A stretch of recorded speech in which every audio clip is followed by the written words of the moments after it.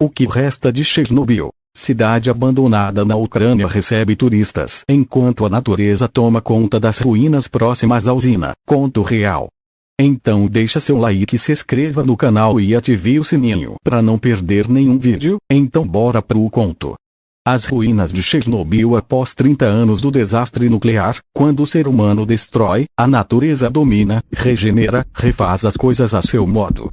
Prova dessa sentença é a situação atual da cidade fantasma de Pripyat, no norte da Ucrânia, quase na fronteira com a Bielorrússia. Em 27 de abril de 1986, um dia depois do maior acidente nuclear da história, todos os 48 mil habitantes da região foram evacuados às pressas pelas autoridades da então União Soviética. Pripyat foi construída em 1970 para abrigar os trabalhadores da usina nuclear de Chernobyl, a 2 quilômetros dali. Era uma cidade modelo, vitrine e orgulho do regime socialista soviético, totalmente planejada e repleta de equipamentos públicos de lazer e espaços culturais. Amplas praças, cinema, ginásio de esportes e um teatro garantiam o entretenimento das famílias dos operários da usina. Naquele ano de 1986, o tradicional Dia dos Trabalhadores seria especial para os moradores de Pripyat. Era anunciada para 1º de maio a inauguração de um novíssimo parque de diversões, com carrossel, carrinhos de bate-bate e uma roda gigante. O terrível acidente de 26 de abril, entretanto, mudaria o curso dessa história. Na manhã do dia 27, horas antes de a evacuação começar, o parque foi aberto ao público em uma tentativa de dispersar a atenção para a movimentação estranha que havia na região, contam os guias da Chernobyl Velcom, uma das empresas autorizadas a explorar o turismo na chamada Zona de Exclusão, área de 2,6 mil quilômetros quadrados que foi isolada após a tragédia. Maria Tunik, a guia que conduziu a reportagem da Galileu, nasceu em Kiev, capital da Ucrânia, 5 anos depois do acidente. A história da sua família, entretanto, está intimamente ligada à fatalidade. Seus avós maternos moravam na região e toda a família foi evacuada naquele fatídico dia. Um detalhe. Seu tio, militar, foi destacado para dirigir um dos tantos ônibus utilizados para a operação de evacuação dos moradores de Pripyat. Segundo as recordações de Tunik, seu tio recebeu a ordem ainda na noite do dia 26, na cidade de Kiev. Ele dirigiu durante toda a madrugada e estacionou o veículo perto da praça principal de Pripyat. Uma fila de veículos se formava ali. Ficou por horas esperando dentro do ônibus, até que o procedimento de evacuação terminasse. A radiação estava no ar, mas as consequências do acidente eram bastante desconhecidas. Por causa do calor, meu tio conta que abriu a janela do ônibus enquanto esperava. Não sabia que podia ter morrido por conta disso, diz a guia. O tio é vivo até hoje, pelo menos até o momento, sem nenhuma sequela. Um estudo realizado 20 anos depois do desastre de Chernobyl pela Universidade de São Francisco, nos Estados Unidos, demonstrou que as pessoas afetadas pela radiação emitida no dia do acidente são 16% mais propensas a ter leucemia em algum momento da vida do que um indivíduo comum. Cerca de 100 mil pessoas foram evacuadas da região atingida.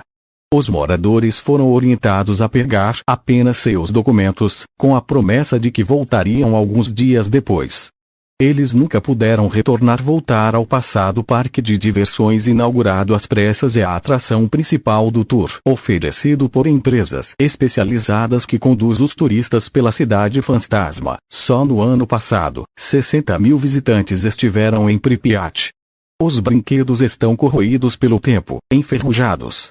A roda gigante nem chegou a funcionar, já que ainda não estava pronta. As 5 principais empresas turísticas que operam na região possuem uma autorização especial do governo da Ucrânia para visitar a zona de exclusão, que é uma área militarizada. Os guias são treinados pelo exército em um curso básico de formação. Eles são capacitados para proteger os grupos em caso de algum incidente, principalmente, instruídos a conter turistas mais engraçadinhos que, vez por outra, desrespeitam as normas. Os preços dos passeios variam. O tour de um dia custa €99 por pessoa, o equivalente a R$ 420 na atual cotação. A experiência de 2 dias, que promete uma visita mais aprofundada à cidade fantasma, sai por €279 por pessoa, a bagatela de R$1,186. Teoricamente, não há risco em passar um dia entre as ruínas. Os índices de radiação no ambiente atualmente ficam entre 0,9 e 2 microsievert por hora. A medida é utilizada para avaliar o impacto da radiação em humanos. Para ter ideia, dependendo da rota, o passageiro de um voo pode estar exposto a mais de 3 microsievert por hora. Mas as regras são claras. É proibido tocar em qualquer objeto, já que alguns itens ainda carregam níveis impressionantes de radiação, que podem passar de 100 microsievert por hora. Também é proibido entrar em imóveis sem autorização, além de interagir com os animais. Durante alguns momentos do passeio, os turistas são submetidos a detectores de radiação. Em alguns casos, conforme atesta a empresa, pode ser necessário deixar para trás um sapato contaminado, por exemplo. Os guias também tomam seus cuidados. Eles são monitorados diariamente. A cada 2 meses, submetem-se a uma bateria de exames. Além do parque de diversões, outras paradas chamam a atenção dos visitantes. É o caso de uma escola infantil nas proximidades da usina. Escombros, bonecas e outros brinquedos deteriorados pelo tempo conferem uma atmosfera tétrica ao local. O hospital também propicia sensações que não são das mais agradáveis, com suas macas desarrumadas e ampolas espalhadas. Porém, é ilusão achar que todo o cenário está intocado desde o acidente. A guia admite que é relativamente comum a zona de exclusão ser invadida por turistas ilegais. São os autoproclamados stalkers, gente que tem como hobby remexer nos objetos deixados para trás, dispondo os itens de uma maneira mais fotogênica. Sim, isso é mórbido e bizarro natureza, como ela é de acordo com o estudo realizado em 2014 pela Universidade da Carolina do Norte, nos Estados Unidos. Até a decomposição natural das folhas e caules de árvores ocorre de uma forma diferente desde que um dos reatores da usina de Chernobyl explodiu. O biólogo Tim Mousseau, pesquisador da instituição norte-americana, constatou que a radiação afetou os micróbios da região. Assim, o apodrecimento da flora morta demora mais, o que deixa o cenário ainda mais fúnebre. Passamos por uma área com árvores mortas há pelo menos 15 ou 20 anos. Mas elas estavam intactas, escreve o cientista em um artigo científico. Mousseau e sua equipe obtiveram autorização para colocar amostras de madeira não contaminada no local. 9 meses depois, puderam analisar os efeitos da decomposição do material. Segundo a pesquisa, quanto maior a radiação, menor a perda por apodrecimento no intervalo de tempo. O estudo constatou, entretanto, que a radiação não interferiu de maneira decisiva nas atividades biológicas de organismos maiores, como os cupins, o que pode explicar o fato de que animais são cada vez mais avistados na área. Entre 2014 e 2015, cientistas da Universidade da Geórgia, nos Estados Unidos, instalaram câmeras na zona de exclusão com o objetivo de flagrar a vida na região. Eles descreveram o local como um vasto santuário. Os pesquisadores captaram imagens de cervos, lobos, raposas, javalis, alces, veados, bisões e lebres. No total, foram flagradas 14 espécies diferentes de animais. Conduzida pelo ecólogo James Beasley, a pesquisa mostra que o número de alces, veados e javalis que vivem na zona de exclusão é semelhante às populações existentes em reservas naturais não contaminadas nas proximidades. No caso dos lobos, a quantidade é 7 vezes maior na área restrita do que fora dela. Nossos dados são um testemunho da resiliência da vida selvagem quando livre de pressões humanas diretas, como perda de habitat, fragmentação e perseguição, escreveu Beasley em seu artigo. Durante 5 semanas, 94 pontos da zona de exclusão tiveram imagens registradas pelos equipamentos dos pesquisadores. As estações foram aromatizadas para atrair os animais da fauna típica da região. Os cientistas tomaram o cuidado de que cada estação ficasse a pelo menos 3 quilômetros de distância das outras para evitar que um mesmo animal fosse flagrado por 2 câmeras distintas em um intervalo de 24 horas. Não encontramos nenhuma evidência de que as populações tenham sido suprimidas em áreas altamente contaminadas, concluiu Beasley em sua pesquisa. O que descobrimos foi que os animais eram mais propensos a serem encontrados em áreas de habitat preferido que têm as coisas de que precisam, ou seja, comida e água ao trabalho. Confirmou ainda uma hipótese já há muito discutida pela comunidade científica. A de que a distribuição dos animais na região ucraniana ocorre aleatoriamente, não sendo influenciada pelos níveis de radiação. Isso não significa que a radiação é boa para a vida selvagem, apenas que os efeitos da habitação humana, incluindo caça, agricultura e silvicultura, são muito piores, escreveu o cientista ambiental Jim Smith, pesquisador da Universidade de Portsmouth, na Inglaterra, também participante do estudo.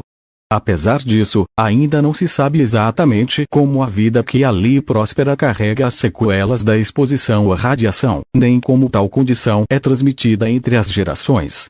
Estudo recente divulgado pela Universidade de Jyväskylä, na Finlândia, afirmou que o índice de cegueira causada por catarata nos animais que vivem na zona de exclusão é maior do que em outros locais. Cidade dos Cachorros. Após uma demora de 2 dias para divulgar o acidente na usina nuclear, o governo soviético reconheceu a existência de um desastre ambiental.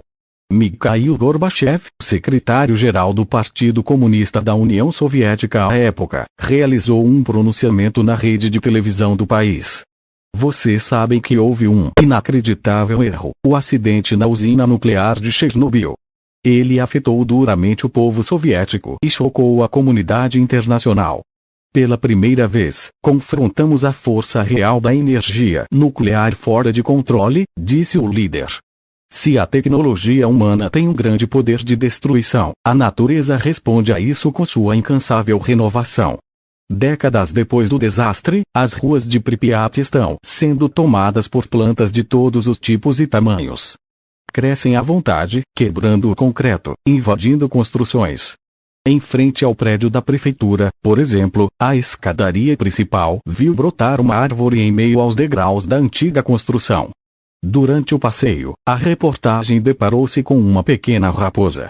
Entretanto, são os cães vira-latas que dominam as ruínas de Pripyat. Especialistas asseguraram que pelo menos 250 cachorros vivem na região, muito provavelmente descendentes dos pets que foram abandonados pelos moradores no momento da evacuação. Os cães de Chernobyl são assistidos pela ONG Petlean Futures Fund, que há 4 anos arrecada fundos para bancar o trabalho dos veterinários nos cuidados com esses animais. O grupo afirma que muitos dos cachorros estão malnutridos e doentes são as consequências da força real da energia nuclear fora de controle. Para que a região de Chernobyl volte a ser uma área completamente descontaminada, estima-se que sejam necessários 300 mil anos. É um triste lembrete que a quase infinita capacidade de criação da humanidade não seja responsável por nossa destruição. Se você gostou, então deixa seu like e se inscreva no canal e ative o sininho para não perder nenhum vídeo. Obrigado a todos.